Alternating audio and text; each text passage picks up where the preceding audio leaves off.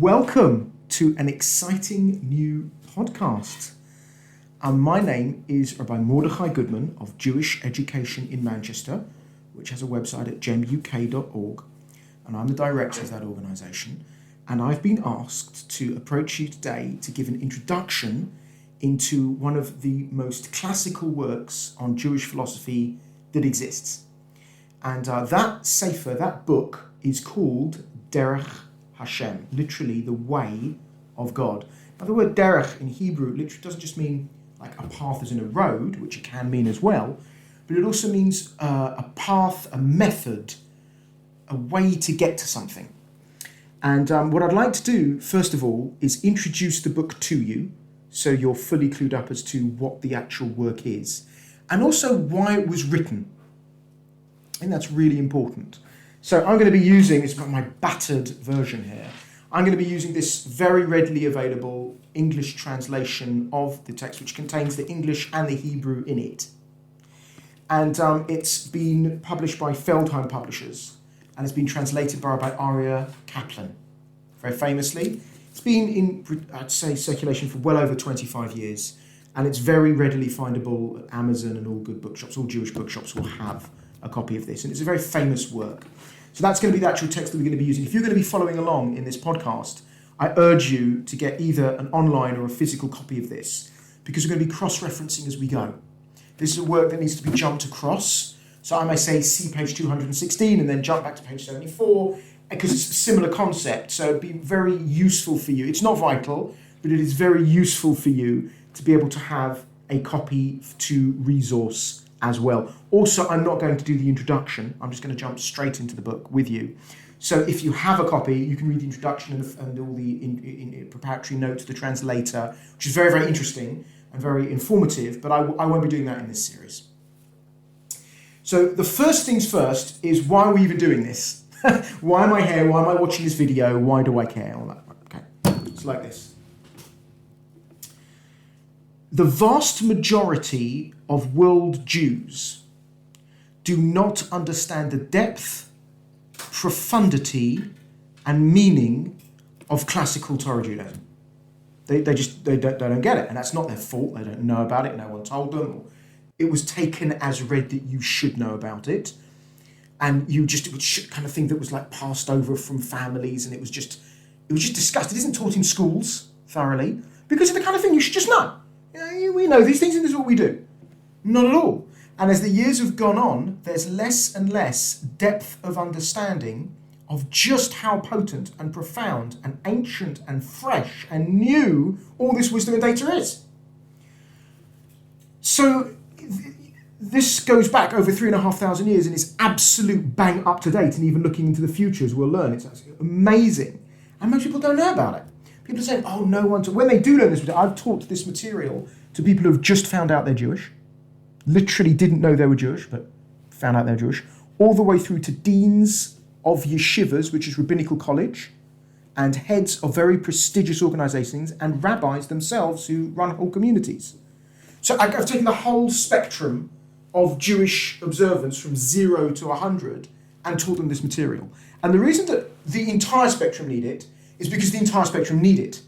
Now, obviously, the rabbis at one end and the newbies on the other have very different needs as to what they're getting out of the material, because the rabbis are very au fait with the concepts that are being discussed. But the point of this is framework and order. That's the most important thing. The author, who's Rabbi Moshe Chaim Lutzato, and he'll talk about that in the introduction if you read it, if you have a hard copy, says that he wants to basically create a directory or a framework for you to be able to take any concept in the world and slot that in the appropriate Judaism file. So what he's going to give you is the filing system. When you then hear or understand new concepts, they're put in the correct order and placement. And then instead of having the frustration of saying, how does that idea interact with that idea, and what limitations or expressions are there, corollaries, everything is organized in the most pristine way possible. This work is the quintessential handbook on Jewish philosophy that exists today. it doesn't leave a pebble of Torah Judaism's view on the world unturned. Everything is discussed. The work has 4 main sections. The first section is on the Creator himself. The second section is on his interface system with the universe that he's created. What he's doing, why he's doing it, how he's doing it. The third section talks about spirituality, the anatomy of a soul, and how spirituality is different from physicality, and where the boundary is. There's soul physical boundaries.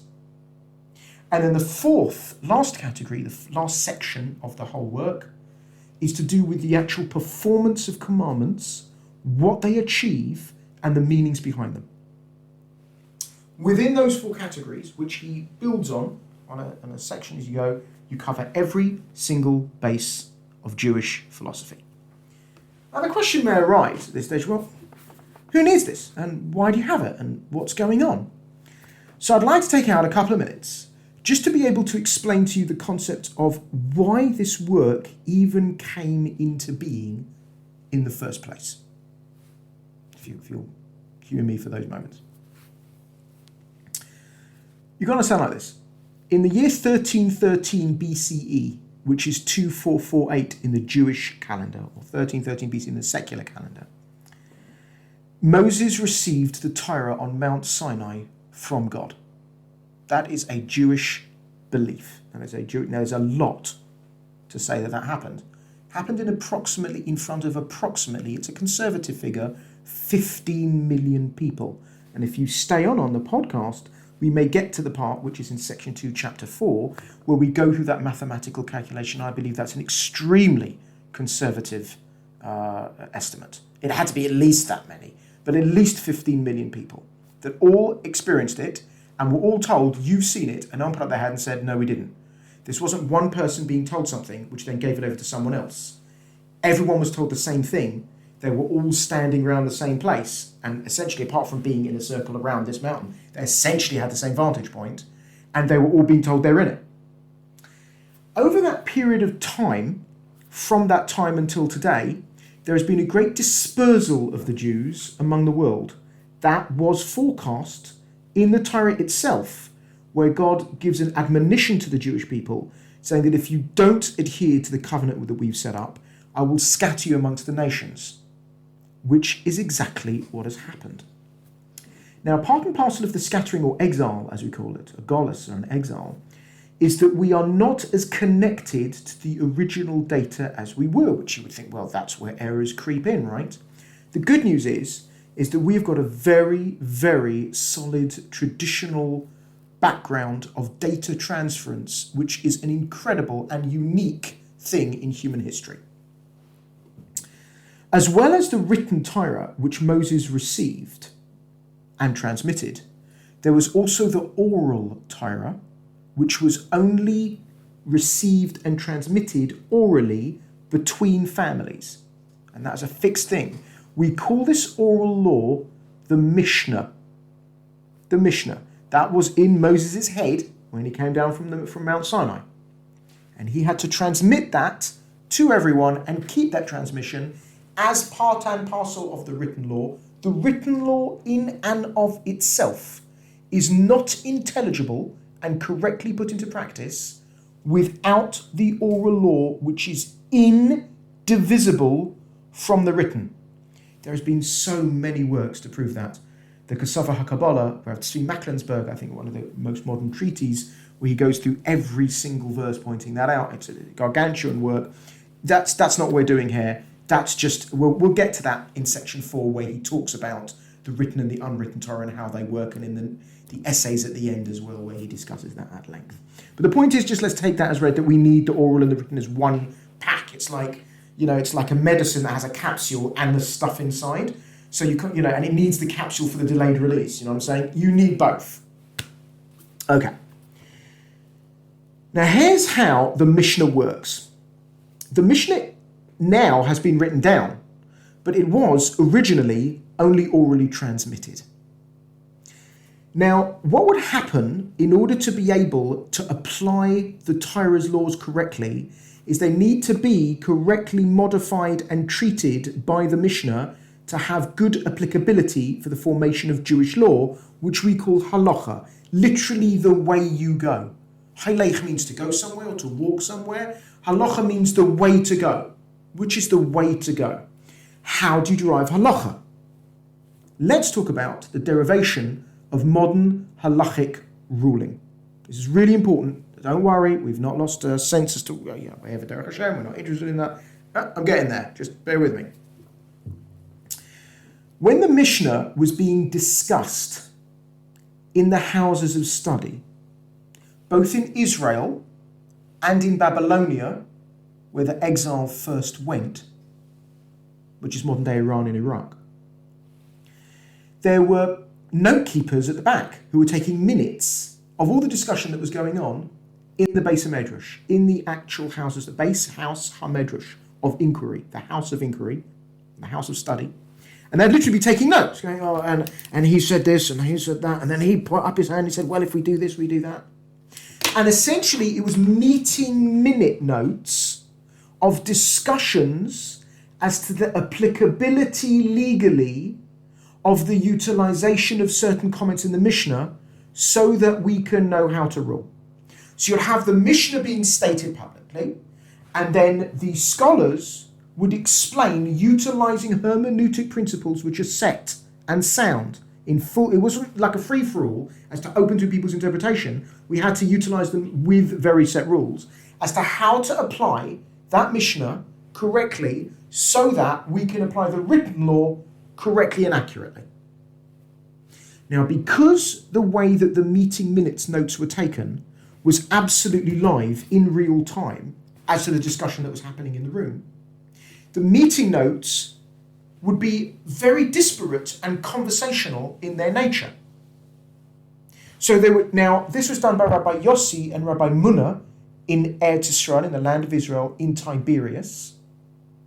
And 150 years later, it was done by Ravina and Rav Ashi in the Iranian, Iraqi, Babylonian houses of study in that part of the world. Now, their compilation of the minute notes in Israel, which was on Tiberias actually, was called the Talmud Yerushalmi, the Jerusalem Talmud. And that was written 150 years prior to the Babylonian Talmud. And they called it the Jerusalem Talmud in deference to the holy city's name, deference to the holy city itself, even though they were in Tiberias, which in itself is one of the four holy cities, in Jerusalem, Tiberias, Hebron, and Sfas. Okay. So they're all taking these notes. Now, the notes that we generally use are the notes from the Babylonian Talmud because they are far, far more extensive in their clarity, in their discussion, and their format. There's just much more to it. So when we read those notes, we can get greater clarity in the discussions that were happening than the very concise notes that Rabbi Yossi and Rabbi Munna left us in the Jerusalem Talmud. So almost all the time, we will always go with the notes in the Babylonian Talmud as opposed to the notes in the Jerusalem Talmud. Here's the rub. Because the conversation in the houses of study was disparate and conversational rather than very ordered and, which is fine. That's the way they're meant to do it there, but that's what we've got. The discussion topics could go off quite tangentially, and they were all recorded by Ravina Rav Ashi as it happened in real time. He put up his hand, he said that it's just the way it went. That's what the conversation was, and that was a faithful recording of the conversation.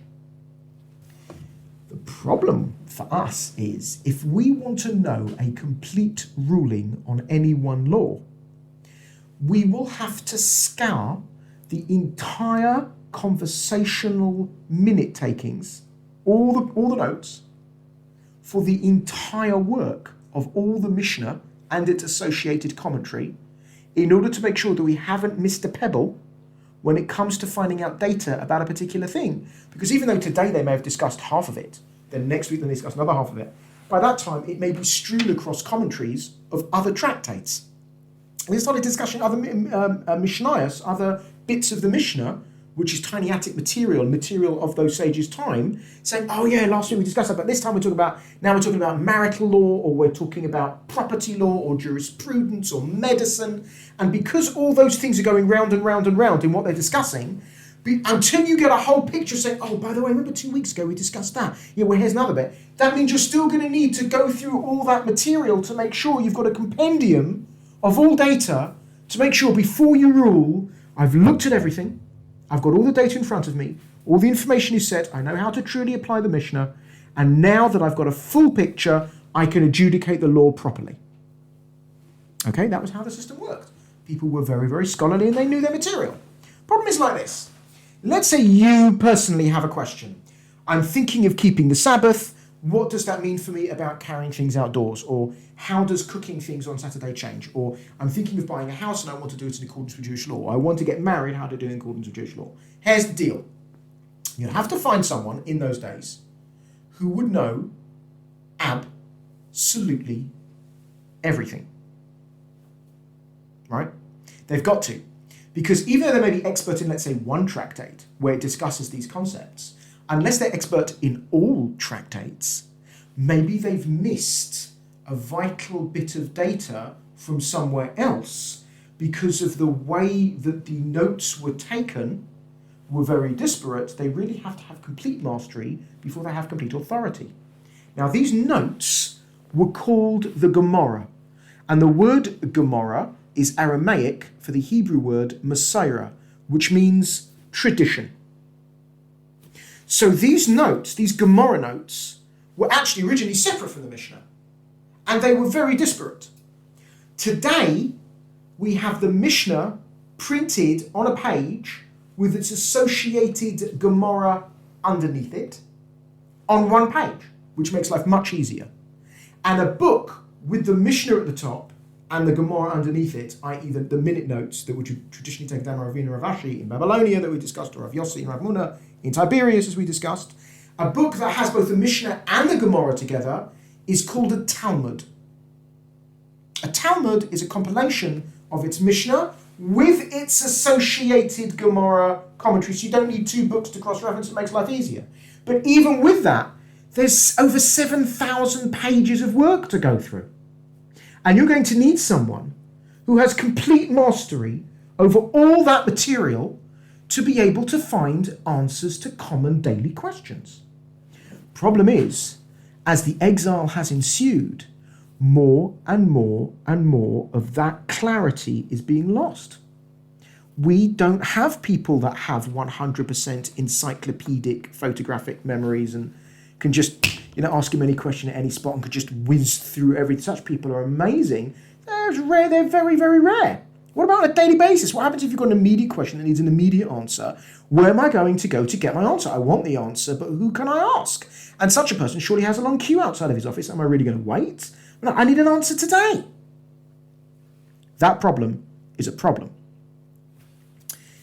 This issue about the lack of general scholarship that is required to have complete mastery of the legal basis that we need has led over the centuries, millennia actually, of Jewish scholarly learning and the lexicon of Jewish study to various luminaries who took it upon themselves to essentially start focusing the material of the Gemara to make it more available and resourceable to anyone.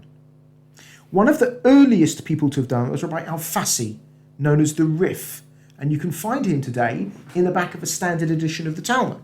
In the back of the Talmud you'll find the Rif.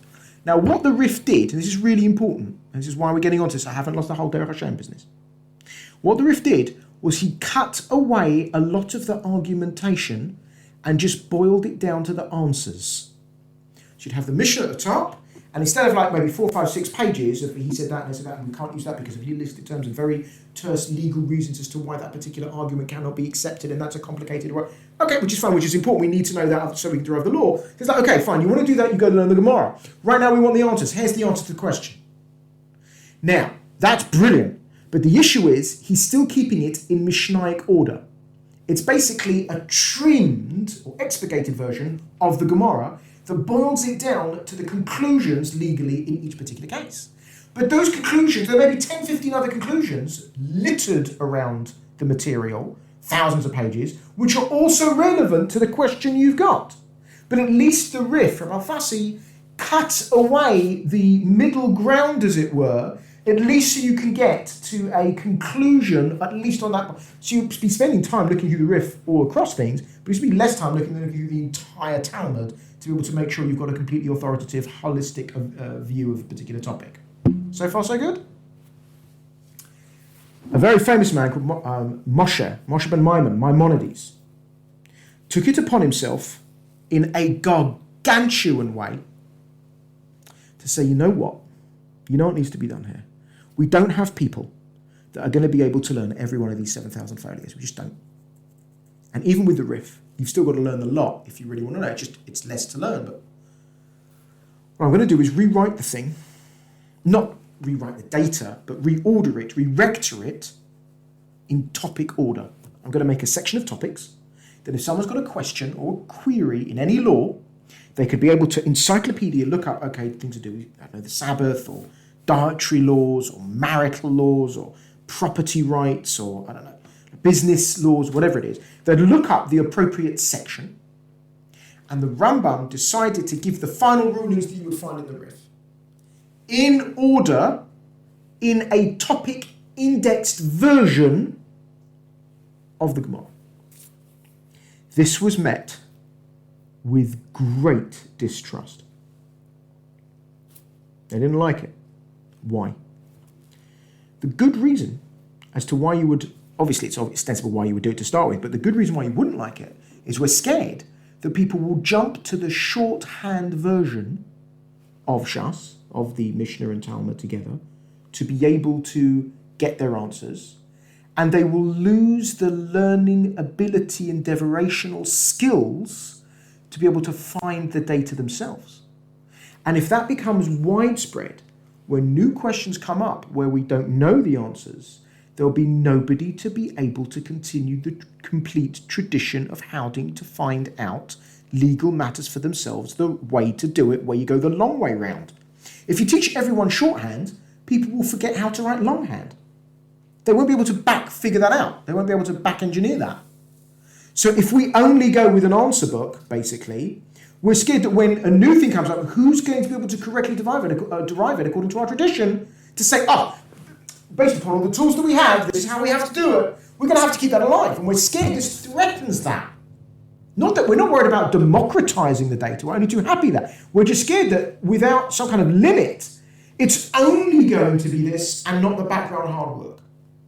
Nonetheless, the Rambam is fully accepted, authoritative across all Orthodox Jewish sources. Everyone holds of the Rambam. We're fine with it. It's okay. But you can understand that it met initial criticism. Like, you're rewriting the law. Like, you're not rewriting the data. You're rewriting the way that we would find it and derive it.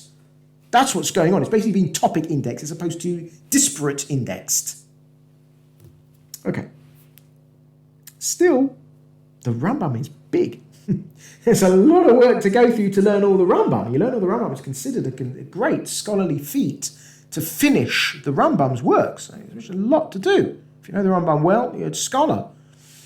Most people don't even know the Rambam well. And the Rambam went out of his way for many, many years writing this work to be able to make layman and anyone be able to quickly resource material accurately, effectively from all the sources. And yet even learning the Rambam is pretty tough for us. In 1515 CE, there was a watershed in Jewish history. And that was the publication of a work called the Shulchan Aruch, literally set table, written by Rabbi Yosef Karo in Sfas, one of the four holy cities mentioned earlier, which is in northern Israel. And this changed everything. It literally changed it. It has quite a lot of ramification. Let's try to understand what Rabbi Yosef Karo was doing, why he was doing it, and why that has any effect with us, with the Ramchal and his work, Derech Hashem. Rabbi Yosef Karo did as follows. He said, this is great having the Rambam and others like him, like the Rif and the Rosh that came before him, that were basically codifiers, codifying law according to topic index more and more and more. He says, but still, learning through all of this material and cross-referencing them is a scholarly work now in its own right. It becomes a new kind of scholarly challenge to be able to go through all the codifiers, utilising their new formats, and coming up with it all that way, as opposed to going through all the 7,000 folios of the Talmud as it is, right? It's still hard work. We have a process, a procedure in Jewish law called Azlinan Acha Haroiv. We adjudicate according to the majority. And because of that, we only have a court with judges where there's an uneven number, minimum of 3. The idea is that at least 2 judges can overrule 1, or 1 will be set aside as a minority. We never don't come away with a judgment. So if we have an uneven number, then we can go with a majority, and we have to have a legal ruling. Rabbi Yosef Karo sets up an imaginary based-in of 3 figures, and this is written in Hebrew script. I'm just going to show it to you. Don't worry if you feel uncomfortable reading this, don't worry. But for those that can read it, this is the Rif, this is the Rosh, and this is the Rambam, Maimonides, that I mentioned earlier. And he basically put these 3 on an imaginary court and go through their works, because you've got their books, you've got what they've said, you've got all their methodologies written out very, very well for you. And say, look, let's pretend we've got these 3 rabbis sitting there and throw a question at them. Am I allowed to, hurt a dog or raise farm animals in a particular way? Whatever the question is. Put it to those 3 codifiers. If all 3 codifiers say this is the law, then he made a note of it, saying this is the law. Because I've got, these are the biggest 3 codifiers out there. Notice they were all Sephardi. They were all Sephardi. They were all Jews of Eastern, Morocco, Bavel, which is Iran, Iraq, Africa. They weren't Ashkenazi. They weren't European Jews. They were European Jews at the time, but these 3 great rabbis are Sephardic Jews. And he put the question to them, and if all of them said, yeah, that's the law, that became the law, and he wrote it down with all the reasons as to why he said that, massive explanation as to all the reasons why they all said that, and he made a note of it. Now, what happens if there was a discrepancy amongst the 3 codifiers? Well, we adjudicate according to the majority. Yeah? So, this is how we're going to do it. Let's say you've got the Rif and the Rosh both saying yes to something, and the Rambam saying no to something. Well, then in that particular case, if we're going to adjudicate according to the majority, we're going to discard the Rambam's view and say, look, as we got 2 out of 3 here, goes against you, and then that will be the final, that's going to be the final psak. We're going to go with that. That's going to be our halachic reading. When he wrote this down, it was still a voluminous thing because he had to explain why it's ruling like that. See, he rewrote his own work just getting to the bottom line. The Rambam and everyone, and the Rif and the Rosh will say, this is the rule. If you want to go see my main work called the Beis Yosef, the House of Joseph, his name was Joseph Karo, he called it after himself, the house, why not? Nothing to do. And he did that, and then that becomes the law, right? But again, it's a lot to sift through. So he rewrote his own book, just with the final yeses and nos. Those yeses and nos did not include Ashkenazi tradition. Whenever there was an Ashkenazi tradition that didn't go with that, Rabbi Moshe Isserlis, the Ramah, chimed in and said, that's not how Ashkenazim hold. Then he wrote a gloss known as a Haggah, and he put that in there to make sure that both the Sephardi and the Ashkenazi traditions are equally potent in the final ruling of the Jewish law and available for tradition. And that bottom line, guideline work of yes and no, Sephardim do this, Ashkenazim do this, is called the Shulchan Aruch, which is called the set table. This has been universally accepted by all Jews. Anyone that wrote their material prior to 1515 has a different status to someone that wrote their material after 1515. And that should be the end of this. We just have to close off now to understand what the problem is. 9/10 of the Talmud discuss law. 1/10 of the Talmud discusses philosophy. It was not Rabbi Yosef Karo's job to do the philosophical work, which means the Shulchan Aruch is the final word on Jewish law. But if you still had a philosophical question, you know where you're back to? All the way back to does someone know all 7,000 folios and go through it all and be able to absolutely answer your question completely no problem. Nobody did that because we needed the law. It was taken as read, you know, the philosophy. in 1700s, along came a man called Rabbi Moshe Lutzato, famously Rabbi Moshe Chaim Lutzato, and he said, look, what we really need is a Rambam on Jewish philosophy. We need a codification of Jewish philosophy. And we need it all topic ordered, easily resourced, and 100% Torah accurate, so that anyone can delve into it and get any kind of final ruling on these concepts from all over the gamut of Torah, from everywhere in every lexicon, just like the Rambam did, but he did it for law. That's Derech Hashem.